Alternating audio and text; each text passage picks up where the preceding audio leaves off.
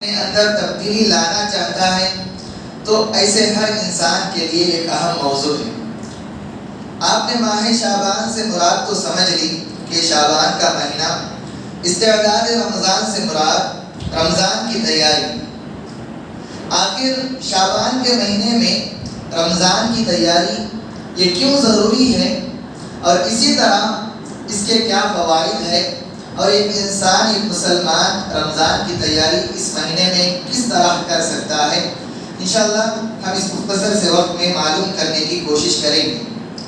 ہم نے آپ کے سامنے قرآن کی ایک آیت تلاوت کی جس میں اللہ تعالیٰ نے بڑی اہم بات بتائی،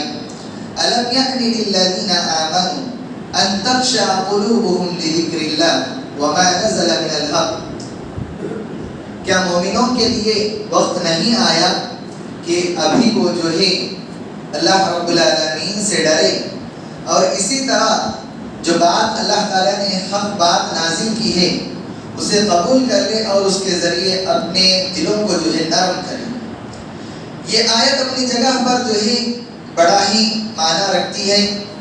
اگر انسان اس آیت پر غور کر لے اور اپنی زندگی میں جھانک لے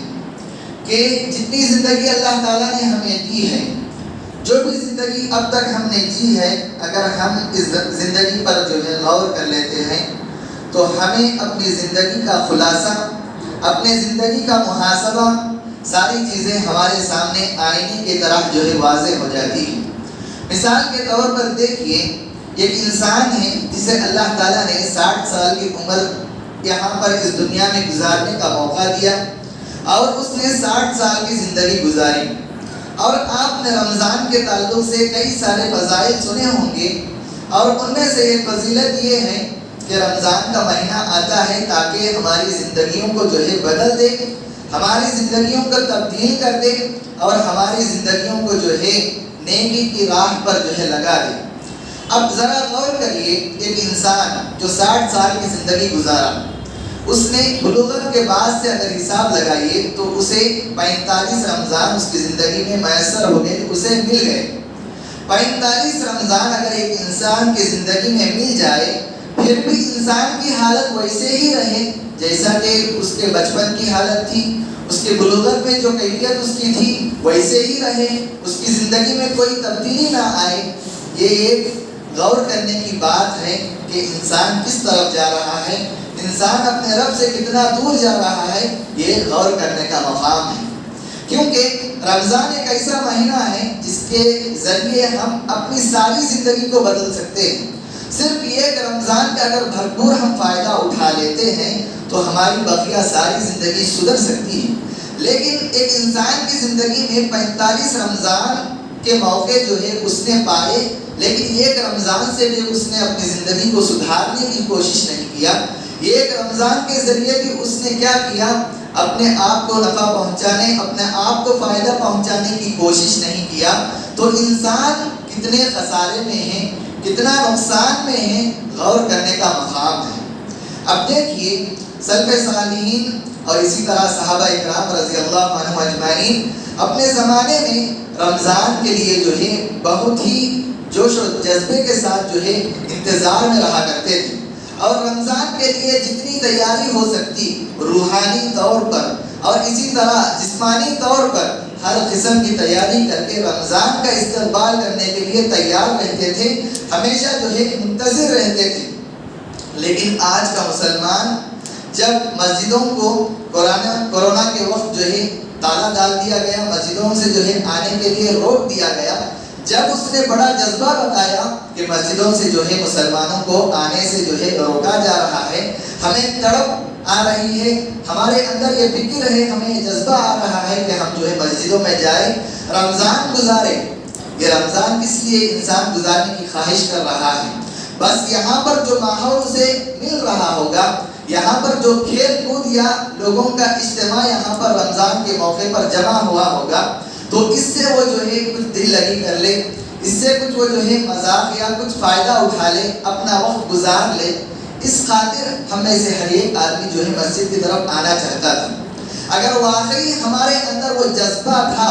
کہ جب مسجدوں کو بند کیا گیا پھر جب مسجدیں کھولی گئی وہ وبا کے بعد ہمارے اندر اگر واقعی وہ جذبہ رہا تو ہم واقعی اس جذبے کے ساتھ اس رمضان کا استقبال کرتے جو ہماری زندگی میں پچھلے سال جو ہے گزرا تھا،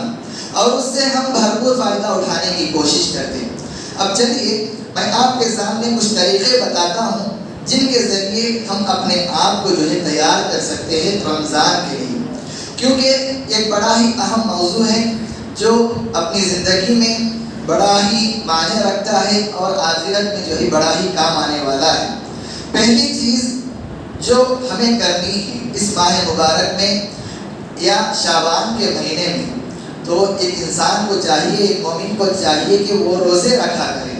کس قسم کے روزے رکھا کرے؟ دو قسم کے روزے ہوتے ہیں، ایک نفلی روزے، ایک فریضے کے روزے جو انسان نے اپنی پچھلی زندگی میں چھوڑ دی تھی، جن کا ادا کرنا واجب ہے، قضا کرنا واجب ہے۔ تو اگر کوئی بھی انسان اپنی زندگی میں پچھلی زندگی میں سارے روزے رکھا، کوئی بھی روزہ اس سے نہیں چھوٹا، فریضے کا روزہ، فرض روزہ جو ہے رمضان کا، اس سے کوئی بھی روزہ نہیں چھوٹا، تو ایسا آدمی کیا کرے، اس مہینے میں جو گنتی کے چند دن باقی ہے، 10 یا 12 دن جو باقی ہے، تو ان میں جو ہے نفلی روزے رکھنے کی کوشش کرے۔ ان نفلی روزوں کا کیا فائدہ ہوگا، میں انشاءاللہ ایک مثال دے کر جو ہے آپ کو سمجھانے کی کوشش کرتا ہوں۔ اگر کوئی انسان اس سے کچھ قضا روزے چھوٹ گئے ہیں تو ایسے انسان کو چاہیے کہ وہ اس مہینے کا بھرپور فائدہ اٹھائے اور اس مہینے میں قضا روزوں کو مکمل کرنے کی کوشش کر لے۔ اس لیے کہ عائشہ رضی اللہ عنہا سے جو ہے حدیث وارد ہے، وہ روایت کرتی ہیں کہ پیارے نبی صلی اللہ علیہ وسلم دوسرے مہینوں کے مقابلے میں اس مہینے میں کثرت سے جو ہے روزہ رکھا کرتے تھے۔ اور اسی طرح اسامہ بن زید رضی اللہ عنہ سے بھی ایک حدیث وارد ہے جس میں ایک مرتبہ اسامہ بن زید رضی اللہ عنہ پیارے نبی صلی اللہ علیہ وسلم سے سوال کرتے ہیں، اے اللہ کے نبی، آخر کیا بات ہے کہ میں تمہیں دیکھتا ہوں کہ شعبان کے مہینے میں آپ بکثرت جو ہے روزے رکھا کرتے ہیں؟ پیارے نبی صلی اللہ علیہ وسلم جواب دیتے ہیں کہ اے اسامہ بن زید، دیکھو عام طور پر لوگ جو ہے رجب اور رمضان کے درمیان جو مہینہ ہوتا ہے، رجب اور رمضان کے درمیان جو مہینہ ہوتا ہے، اس مہینے سے جو ہے غافل رہتے ہیں، اپنے آپ کو جو ہے اس مہینے میں غافل رکھتے ہیں۔ اگر انسان اس مہینے کو صحیح طور پر استعمال کرتا ہے تو یہ اس کے لیے بہت ہی فائدہ مند چیز ہے۔ اس کے بعد پیارے نبی جواب دیتے ہیں کہ یہ جو مہینہ ہے رجب اور رمضان کے درمیان شعبان کا جو مہینہ ہے، اس مہینے میں اللہ تعالیٰ کے پاس انسان کا سال بھر کیا ہوا اعمال نامہ جو ہے پیش کیا جاتا ہے۔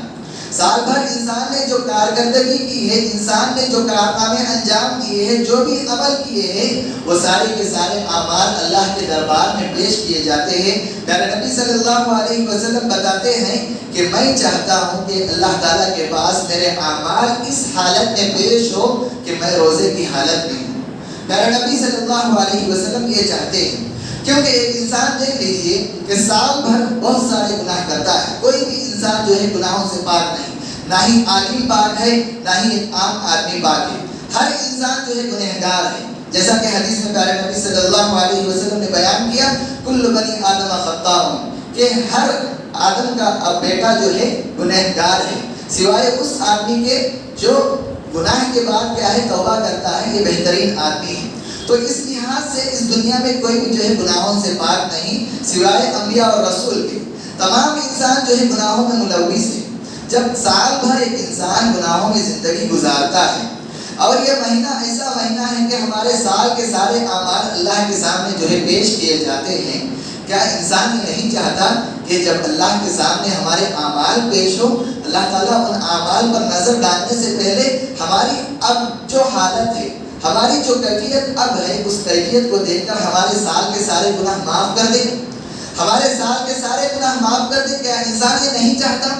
اگر انسان واقعیتاً اپنے اندر یہ جذبہ رکھتا ہے تو وہ ضرور بضرور اس مہینے سے فائدہ اٹھائے گا، اور کیونکہ اس مہینے میں اس کے نام اعمال جو ہے اللہ کی خدمت میں پیش ہوتے ہیں، وہ اپنی بخشش جو ہے کروانے کی پوری کوشش کرتا ہے۔ میں نے آپ کے سامنے ایک بات بتائی کہ نفل روزے رکھنے کے کیا فائدے ہوگے، میں آپ کو بتاؤں گا۔ تو مثال کے طور پر دیکھیے، ایک انسان جب آتا ہے مسجد کو اسے یہ تعلیم دی گئی کہ فرض نماز کے لیے جب آئے تو 2 رکعت جو ہے سنت یا نفل نماز تم ادا کر لو، پھر اس کے بعد فرض نماز کے لیے حاضر ہو جاؤ۔ جب انسان فرض سے پہلے جو ہے نفل ادا کر کے فرض کے لیے حاضر ہوتا ہے، یہ 2 رکعت اس کے دل کو جو ہے اللہ کی طرف مائل کر دیتے ہیں، اس کے اندر اخلاص پیدا کر دیتے ہیں، اس کے اندر جو ہے اللہ تعالیٰ کی طرف جو ہے توجہ پیدا کر دیتے ہیں۔ جب فریضہ انجام دینے کے لیے، فرض نماز انجام دینے کے لیے حاضر ہوتا ہے تو وہ پوری یکسوئی کے ساتھ اللہ کو راضی کرنے کے لیے وہ فرض نماز ادا کرتا ہے، جس کے ذریعے قرآن کی جو بشارت ہے ان الصلاۃ تنہی عن الفحشاء والمنکر، کہ یقیناً نماز انسان کو جو ہے فحش چیزوں سے، برائیوں سے، منکرات سے روکتی ہے، یہ فائدہ اسے حاصل ہو سکتا ہے۔ لیکن وہی انسان ڈائریکٹ آ جاتا ہے، فریضے کی نماز جو فرض نماز ہے ادا کر لیتا ہے، اس آدمی کے اندر اتنا خشوع نہیں ہوتا جو آدمی کے نفل ادا کر کے جو ہے فرض نماز کے لیے حاضر ہوا۔ بالکل اسی مثال کی طرح رمضان سے پہلے اگر کوئی بھی بندہ شعبان میں نفل روزوں کا اہتمام کرتا ہے، رمضان سے پہلے ہماری دل کی کیفیت تبدیل ہو جاتی ہے، رمضان سے پہلے ہمارے دل کی حالت جو ہے بدل جاتی ہے، کیونکہ جب انسان روزہ رکھتا ہے اپنے آپ کو فحش چیزوں سے، اپنے آپ کو منکرات سے، اللہ سے ڈر کر جو ہے حلال چیزوں سے بھی، کھانے پینے سے بھی اپنے آپ کو جو ہے روک کے رکھتا ہے۔ تو جب انسان ان نفل روزوں کو ادا کر کے فرض کے مہینے میں داخل ہوتا ہے، رمضان کے مہینے میں داخل ہوتا ہے، تو وہ ان روزوں کو صحیح طور پر ادا کر کے جو ہے اس 1 مہینے سے اپنی ساری زندگی کو بدلنے پر جو ہے قدرت رکھتا ہے، اپنی ساری زندگی کو بدل سکتا ہے۔ یہ ایک عمل ہے جو ہمیں اس مہینے میں کرنا ہے۔ ایک اور عمل ہے جس کے ذریعے ہم اپنے آپ کو زیادہ تر اللہ تعالیٰ سے جو ہے قریب کر سکتے ہیں، وہ ہے قرآن مجید کی تلاوت۔ ابن رجب رحمہ اللہ سے لکھا گیا ہے، وہ لکھتے ہیں کہ اسلاف کرام اس مہینے میں کثرت سے جو ہے قرآن کی تلاوت کیا کرتے تھے، کثرت سے قرآن کی تلاوت کیا کرتے تھے۔ یہ ایک آدمی ہے، وہ سال بھر جو ہے قرآن سے دور رہا، لیکن رمضان کا مہینہ آیا، اس کے اندر جذبہ آیا کہ قرآن کا مہینہ ہے بھائی، قرآن کے مہینے میں ہم قرآن کی تلاوت کریں گے، لہٰذا وہ کوشش کرتا ہے کہ زیادہ تر قرآن کی تلاوت کرے، لیکن وہ تھک جاتا ہے اس لیے کہ سال بھر اس نے قرآن سے دوری اختیار کی، سال بھر جتنی تلاوت اس نے کرنا تھی اس نے نہیں کی۔ لیکن وہی تعلیم جو سلف صالحین سے ہمیں ملتی ہے کہ شعبان کا مہینہ یہ تلاوت قرآن مجید کا مہینہ ہے، اگر اس میں انسان تلاوت کی عادت ڈالتا ہے، تلاوت زیادہ سے زیادہ کرتا ہے، رمضان کے مہینے میں تلاوت اس کے لیے آسان ہو جاتی ہے۔ اسی طرح شعبان کے مہینے میں جتنے مقدار میں وہ قرآن کی تلاوت کرتا تھا، رمضان میں اس سے زیادہ جو ہے قرآن کی تلاوت جو ہے کر سکتا ہے۔ یہ ایک دوسرا عمل ہے۔ تیسرا عمل دیکھیے قیام اللیل کے تعلق سے، تہجد کی نماز کے تعلق سے، تراویح کے تعلق سے، تینوں ایک ہی عبادت ہے۔ تو انسان اگر شعبان کے مہینے میں رات کے موقع پر صرف 2 رکعت اللہ کے سامنے اٹھ کر جو ہے اپنی نیند کو قربان کر کے اللہ کے سامنے اٹھ کر صرف 2 رکعت کا اہتمام کرتا ہے، یہ عبادت آنے والے مہینہ رمضان المبارک میں جو ہے قیام اللیل میں اسے بہت زیادہ فائدہ پہنچاتی ہے، کیونکہ پیارے نبی صلی اللہ علیہ وسلم کی حدیث ہے من قام رمضان ایمانا واحتسابا غفر له ما تقدم من ذنبه، جس کسی بندے نے رمضان المبارک میں ایمان کے ساتھ ثواب کی نیت سے قیام اللیل کا اہتمام کرتا ہے تو اس کے پچھلے گناہ معاف کر دیے جاتے ہیں۔ تو اس خوشخبری کو پانے کے لیے ہمیں رمضان کے سارے دن، سارے رات جو ہے قیام اللیل کا اہتمام کرنا ہے، لیکن انسان اس میں بھی کیا ہے، تھک جاتا ہے۔ انسان کیا کرتا ہے، قیام اللیل 1 ہفتہ جذبے کے ساتھ جو ہے ادا کر لیتا ہے، دوسرا ہفتہ مسجد میں آتا ہے، نماز چلتے رہتی ہے، قیام اللیل آ کر مسجد میں پیچھے کنارے میں جو ہے بیٹھ جاتا ہے، جب امام رکوع میں جاتا ہے آ کر جو ہے رکوع میں امام کے ساتھ شامل ہو جاتا ہے۔ آپ نے کئی سارے لوگوں کو دیکھا ہوگا، ایسے لوگوں کو جو اس طرح کی سستی جو ہے رمضان کے موقع پر جو ہے برت رہے ہوں گے،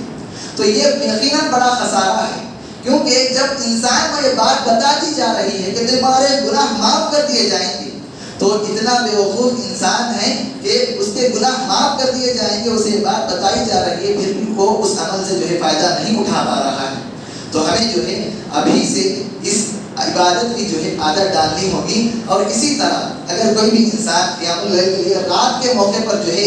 نہیں اٹھ پا رہا ہے، اگر اٹھ رہا ہے تو فجر کی نماز میں اس سے سستی ہو رہی ہے، تو ایسے آدمی کو چاہیے کہ عشاء کے بعد جو ہے، جس طرح ہم رمضان میں عشاء کے بعد تراویح پڑھتے ہیں، تو اسی طرح عشاء کے بعد 1-2 رکعت جو ہے نماز ادا کر لے، اس عبادت کو انجام دینے کی کوشش کریں۔ ایک اور 2 اعمال ہیں جن کو بتا کر میں اپنی بات کو ختم کر دیتا ہوں۔ 5ویں چیز ہے کہ ایسے کلام کو پڑھنا شروع کرے جو ہمارے دل کو جو ہے صاف کرتا ہو، ایسے بیانات کو سننا شروع کرے، ایسی چیزوں کو سننا شروع کرے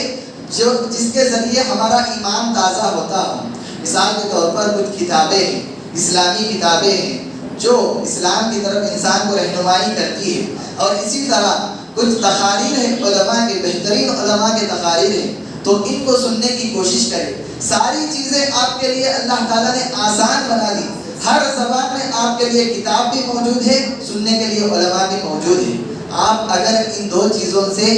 آپ اپنے آپ کو سدھارنا چاہتے ہیں تو اللہ تعالیٰ ضرور آپ کی مدد کرے گا۔ اگر آپ کے اندر یہ جذبہ نہیں ہے کہ آپ اپنے آپ کو سدھارنا چاہتے ہیں تو اللہ تعالیٰ بھی یہ قانون رکھا ہے، جو آدمی اپنے آپ کو سدھارنا نہیں چاہتا ہم بھی اسے سدھرنے کا موقع نہیں دیں گے۔ جو آدمی اپنے آپ کو سدھارنا نہیں چاہتا ہم بھی اسے سدھرنے کا موقع نہیں دیں گے۔ البتہ وہ آدمی جو اپنے آپ کو سدھارنا چاہتا ہے اور اس پر کوشش بھی کرتا ہے، اللہ تعالیٰ اس کے لیے راستے آسان کر دیتا ہے، سدھرنے کے راستے آسان کر دیتا ہے۔ اس کے بعد دیکھیے، دل کو صاف رکھنا۔ دل کو کیا ہے؟ صاف رکھنا۔ کن چیزوں سے صاف رکھنا ہے؟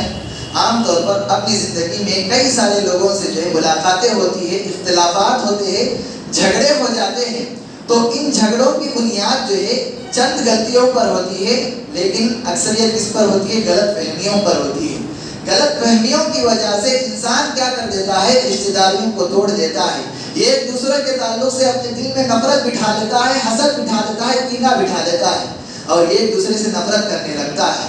اگر انسان کا دل صاف نہ ہو، ایک دوسرے کے لیے معافی کرنے کا اس کے اندر جذبہ نہ ہو، معاف کرنے کا جذبہ نہ ہو، اللہ کی ذات دیکھیے، اگر انسان ساری زندگی گناہ کر لے، لیکن اگر وقت آنے سے پہلے اس نے کیا کر لیا؟ توبہ کر لیا، تو اللہ تعالیٰ معاف کر دیتا ہے۔ اگر ایک انسان کو ایک چھوٹی سی غلطی پر معاف کرنے پر جو ہے قدرت نہیں رکھتا، یا اس چیز کو ماننا نہیں چاہتا کہ میں سامنے والے کو جو ہے معاف کر دیتا ہوں، اللہ تعالیٰ اگر چاہے، انسان کی ساری زندگی دیکھ لیجئے، ہر دن وہ گناہ کرتا ہے، اگر اللہ چاہے تو ان گناہوں کی سزا جس طرح اللہ تعالیٰ دینا چاہے اس بندے کو اس طرح گناہ کی سزا جو ہے دے سکتا ہے۔ لیکن اللہ کی ذات کیا ہے؟ کتنی رحیم ہے، اتنی رحمت والی ذات ہے، اللہ تعالیٰ کیا کرتا ہے؟ اس بندے کو معاف کر دیتا ہے۔ لیکن انسان کو چاہیے کہ وہ بھی جو ہے دوسروں کے تعلق سے معافی کا ارادہ رکھے، معافی کرنے کا جذبہ رکھے۔ تو یہ چند اعمال ہیں، اور بھی کئی سارے اعمال ہیں، وقت کی قلت کی بنا پر میں سارے چیزیں جو ہے آپ کے سامنے نہیں رکھ پا رہا ہوں۔ اللہ رب العالمین سے دعا کرتا ہوں کہ اللہ رب العالمین ہمیں اس مہینے سے جو ہے مکمل فائدہ اٹھا کر رمضان المبارک سے اپنی زندگیوں کو تبدیل کرنے کی جو ہے توفیق عطا فرمائیں، آمین۔ وآخر دعوانا ان الحمد للہ رب العالمین۔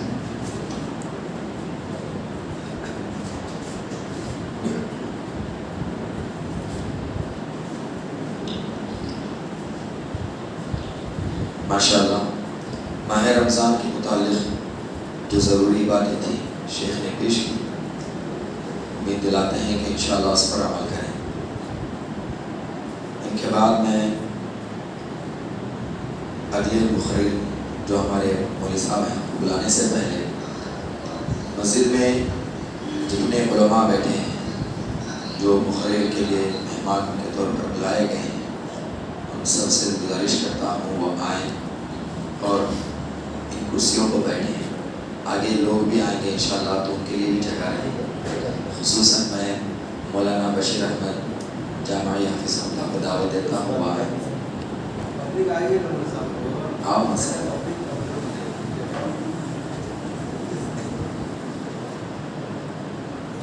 اسی طرح میں سہیل بھائی جو اس مسجد کی بنیاد کے کام کے لیے سب سے پہلے ایک اچھی بڑی رقم دے کر اس کام کو آگے بڑھائے ہیں، ان کو بھی دعوت دیتا ہوں وہ آئیں اور آگے ہم کرسی پر بیٹھیں۔ سہیل بھائی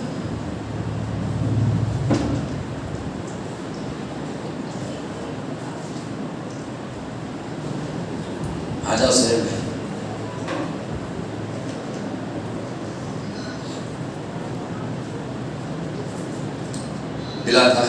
مولانا حافظ امان شریف عمری حفظہ اللہ کو دعوت دیتا ہوں، وہ آیا اپنا بیان پیش کریں۔